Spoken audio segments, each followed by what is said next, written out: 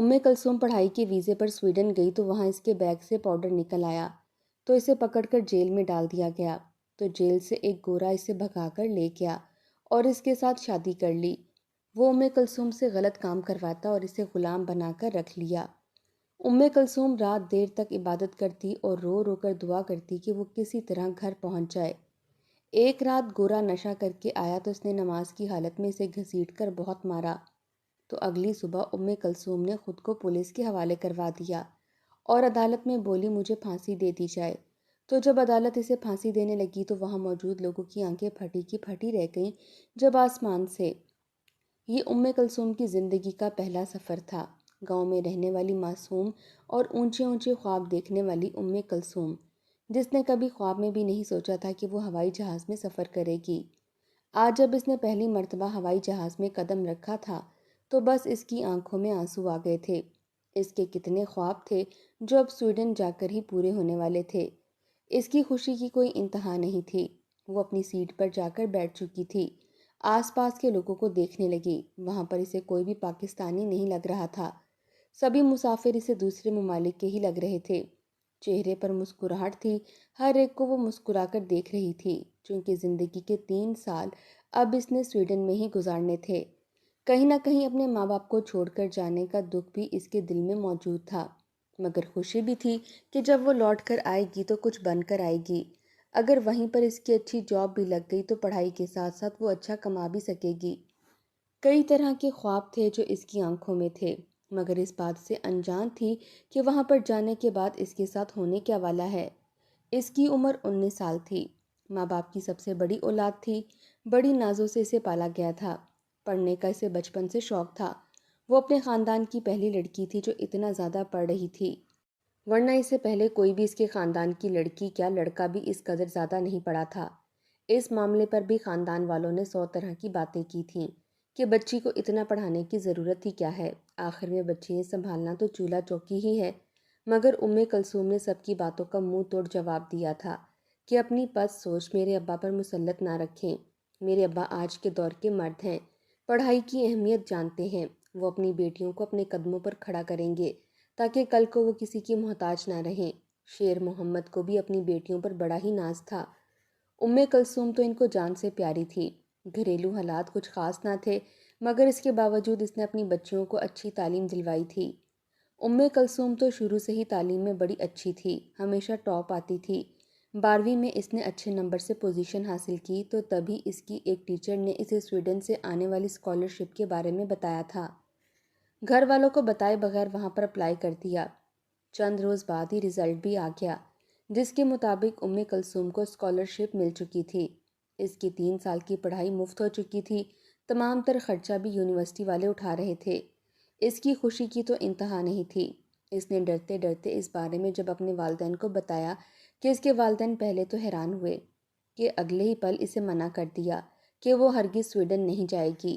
میں تو اپنی بچی کو ایک رات کے لیے ہاسٹل میں رکھنے پر راضی نہیں ہوں، بھلا تمہیں دوسرے ملک میں کیسے بھیج سکتا ہوں۔ مگر یہاں بھی کلثوم نے ضد سے ہی کام لیا تھا۔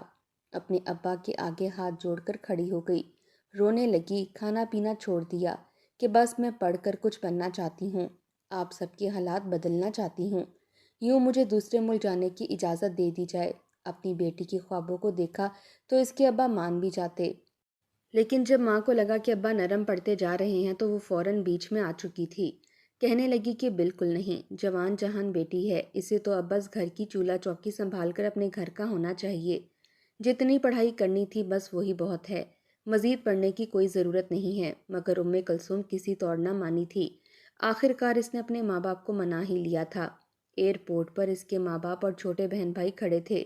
خاندان والوں کو جب پتہ چلا کہ تن تنہا جوان جہاں لڑکی سویڈن جا رہی ہے تو خاندان والوں نے تو ان سے لا تعلقی کا بھی اظہار کر دیا، مگر کلثوم کی ہمت اور حوصلہ ہی تھا کہ اس نے ہار نہیں مانی تھی۔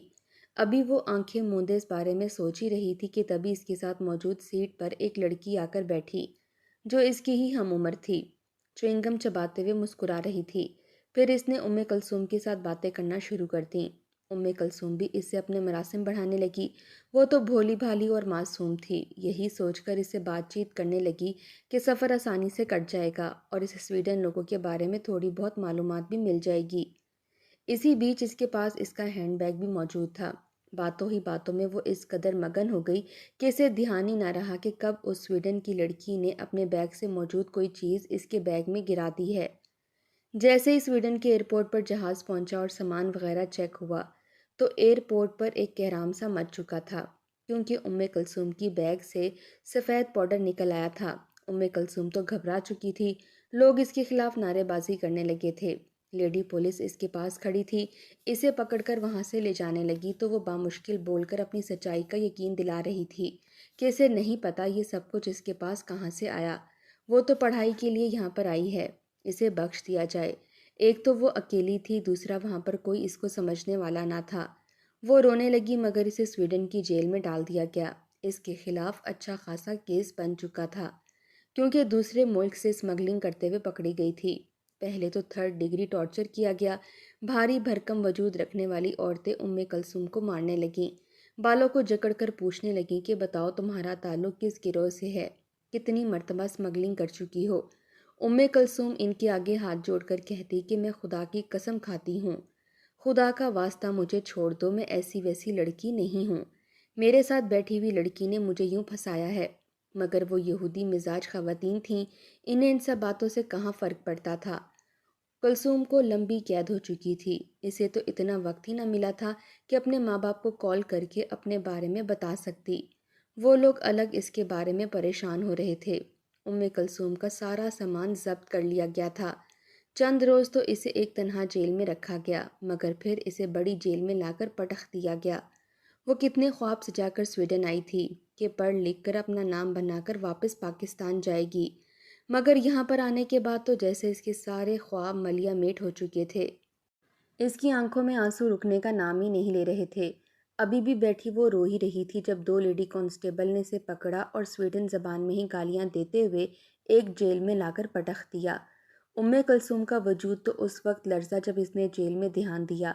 وہاں پر تو کسی طرح کا کوئی پردہ ہی موجود نہیں تھا، سبھی قیدی مرد اور عورتوں کو ایک ساتھ ہی قید کیا گیا۔ کسی جیل میں 5-6 مرد اور 1-2 عورتیں تھیں تو کسی میں بہت زیادہ عورتیں اور ایک مرد ہوتا۔ وہ سبھی بڑے ہی بے باکی سے ایک دوسرے سے باتیں کر رہے تھے، جبکہ کلثوم کو جس جیل میں ڈالا گیا اس جیل میں ایک 35 سالہ شخص بھی قید تھا۔ کلثوم رونے لگی، چلانے لگی، وہ تو ہرگز کسی غیر محرم کے ساتھ ایک جیل میں نہیں رہ سکتی تھی۔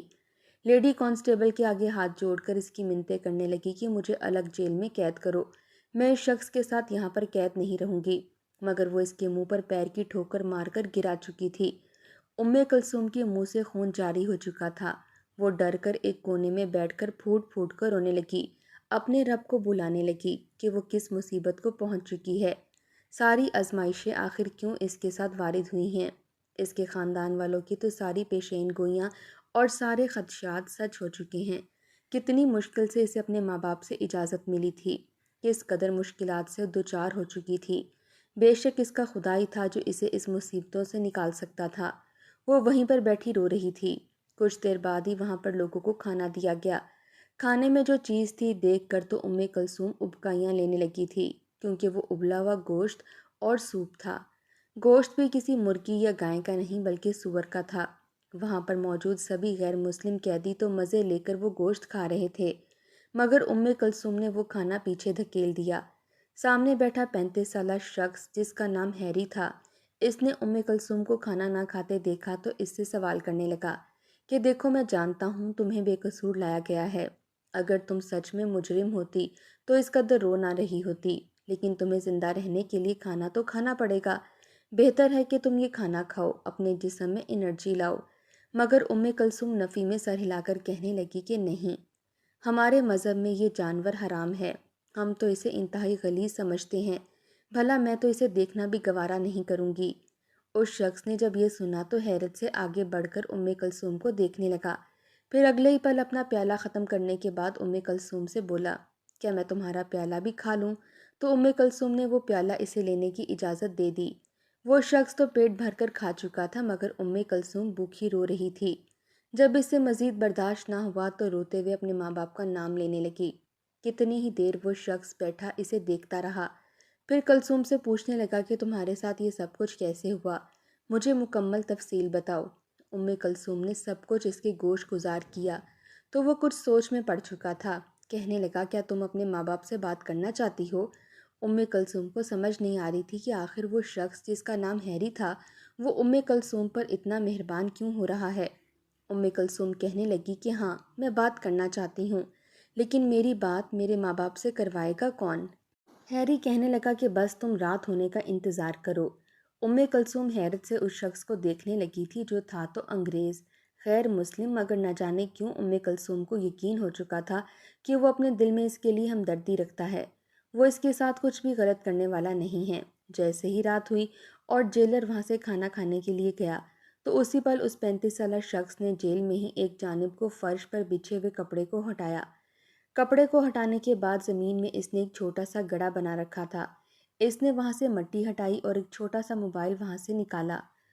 کلثوم تو جتنی حیران ہوتی اتنا ہی کم تھا۔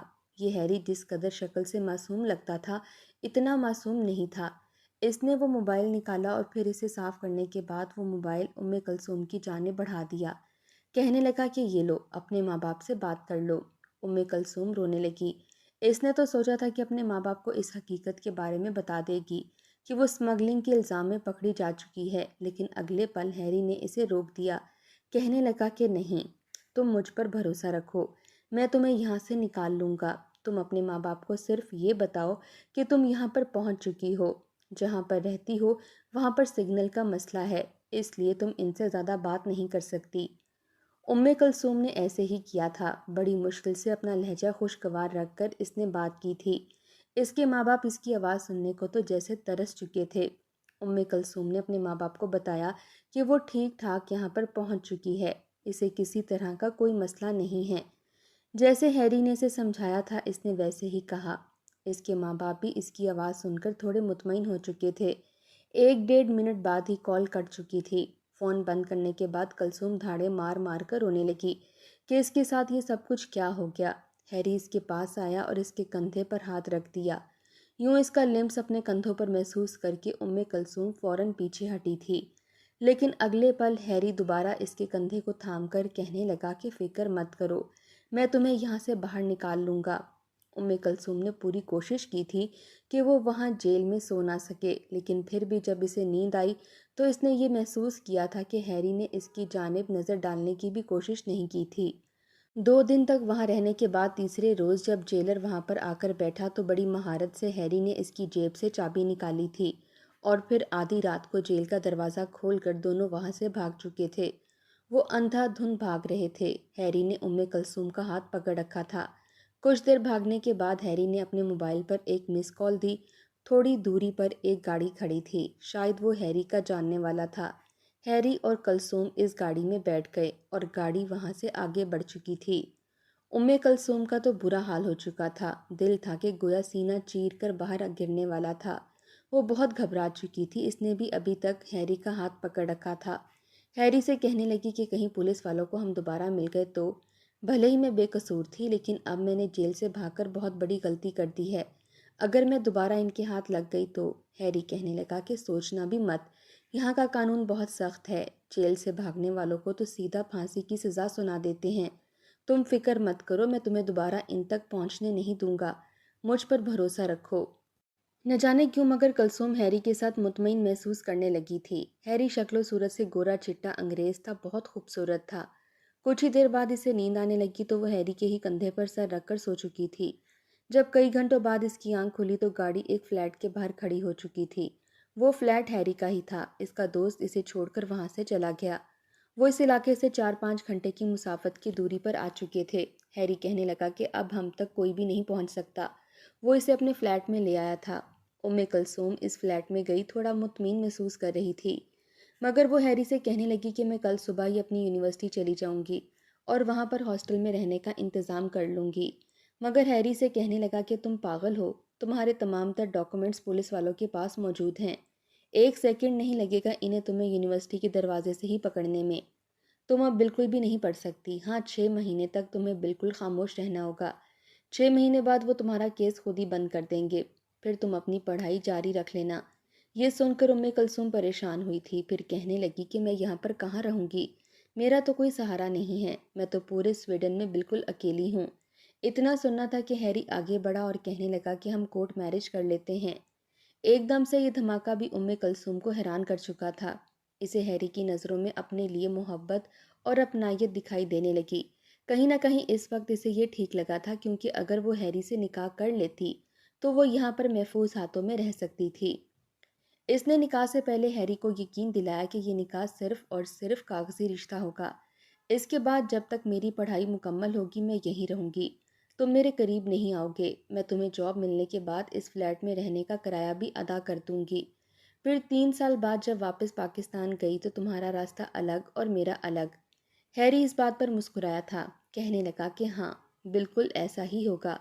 معصوم سی کلثوم ہیری کی باتوں میں آ کر اس سے کورٹ میرج کر چکی تھی۔ اسے لگا تھا جیسے ہیری ہمیشہ ایسا ہی رہے گا، مگر حقیقت تو کچھ اور تھی۔ اسی رات شراب کے نشے میں ہیری اسے اپنا حق وصول کرنے کے لیے آ پہنچا تو کلثوم اسے خود سے دور کرنے لگی، مگر کہاں وہ دبلی پتلی سی لڑکی اور کہاں وہ ہیری 35 سال کا بھاری ہوئی جسامت رکھنے والا شخص۔ وہ اس رات کلثوم کی عزت لوٹ چکا تھا۔ کلثوم رونے لگی، اپنے اس فیصلے پر پچھتانے لگی کہ کیوں اس نے ہیری کے ساتھ آنے کی حامی بھری تھی۔ اس نے تو ہیری سے یہ بھی نہیں پوچھا تھا کہ وہ جیل میں کیوں تھا۔ اگلی صبح ہیری کی آنکھ کھلی تو شراب پیتے ہوئے کلثوم کے سامنے بیٹھا اور خود ہی بتانے لگا کہ میرا کام لڑکیوں کی سمگلنگ کرنا ہے، ان کا جسم بیچنا ہے، اور تم جیسی نازک کلی اب میرے ہاتھ لگ چکی ہے، تمہیں بھی میں یوں ہی مسل کر رکھ دوں گا۔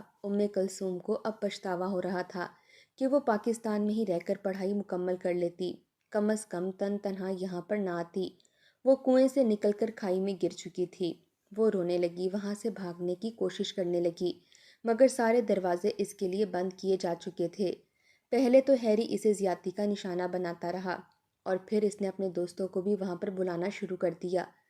2 لوگوں نے اسے زیادتی کا نشانہ بنایا تھا۔ وہ روتی رہی، چلاتی رہی، آخر کو بے ہوش ہو گئی۔ جب ہوش آیا تو پھوٹ پھوٹ کر رونے لگی۔ اس کا وجود درد سے کانپ رہا تھا۔ رو رو کر اپنے رب کی حضور معافی مانگنے لگی، دعا کرنے لگی کہ میرے رب مجھے یہاں سے نکال دے یا پھر مجھے موت دے دے۔ میں یہاں پر اس گندی زندگی میں مزید نہیں رہنا چاہتی۔ ہر وقت روتی دعائیں کرتی رہتی کہ بس یہاں سے نکلنے کے اسباب بن جائیں، مگر ہیری نے تو اس کے لیے زندگی مزید تنگ کر دی تھی۔ وہ اس کا جسم بیچ کر غلط کام کروا کر لاکھوں روپے کمانے لگا تھا۔ کھانے کے نام پر کلثوم کو کھانا یوں پھینکتا جیسے وہ کوئی حیوان ہو۔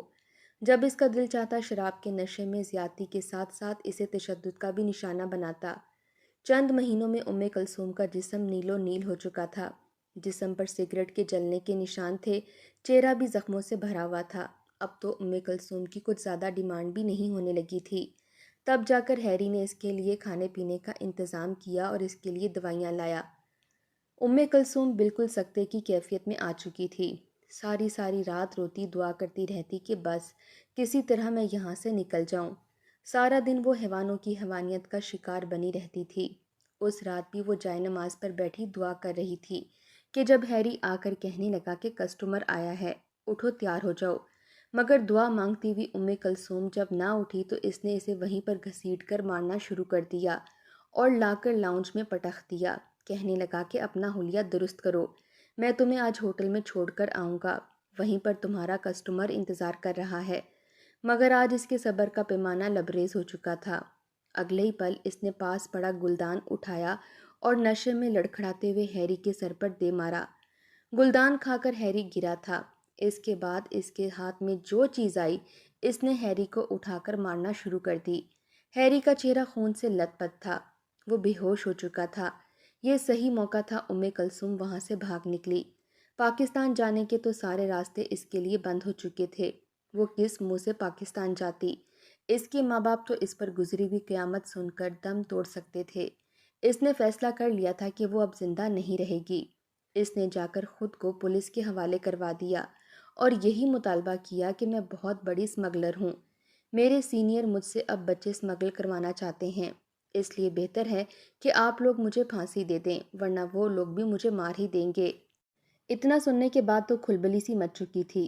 کلثوم کو پکڑ لیا گیا تھا، عدالت میں پیش کیا گیا اور یہ فیصلہ سنایا گیا کہ کلثوم کو پھانسی دی جائے گی۔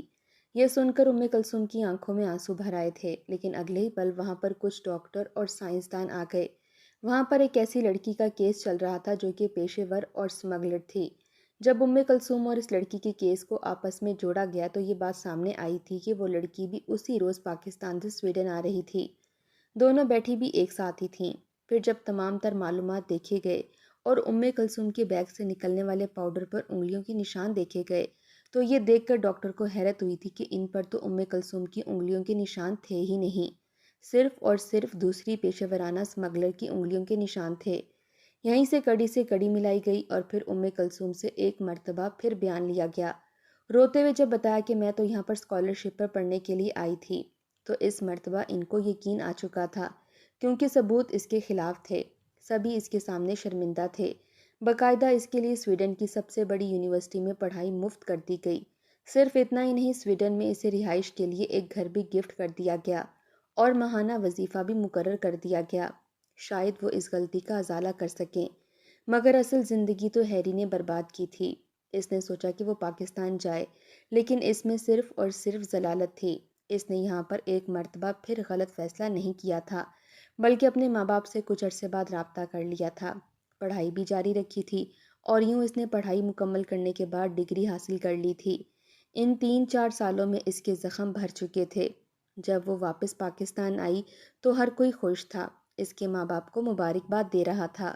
بلا شبہ اس نے اپنا مقام پا لیا تھا، مگر اس کے لیے کیا کیا قربانیاں اسے دینا پڑی تھیں یہ صرف وہی جانتی تھی۔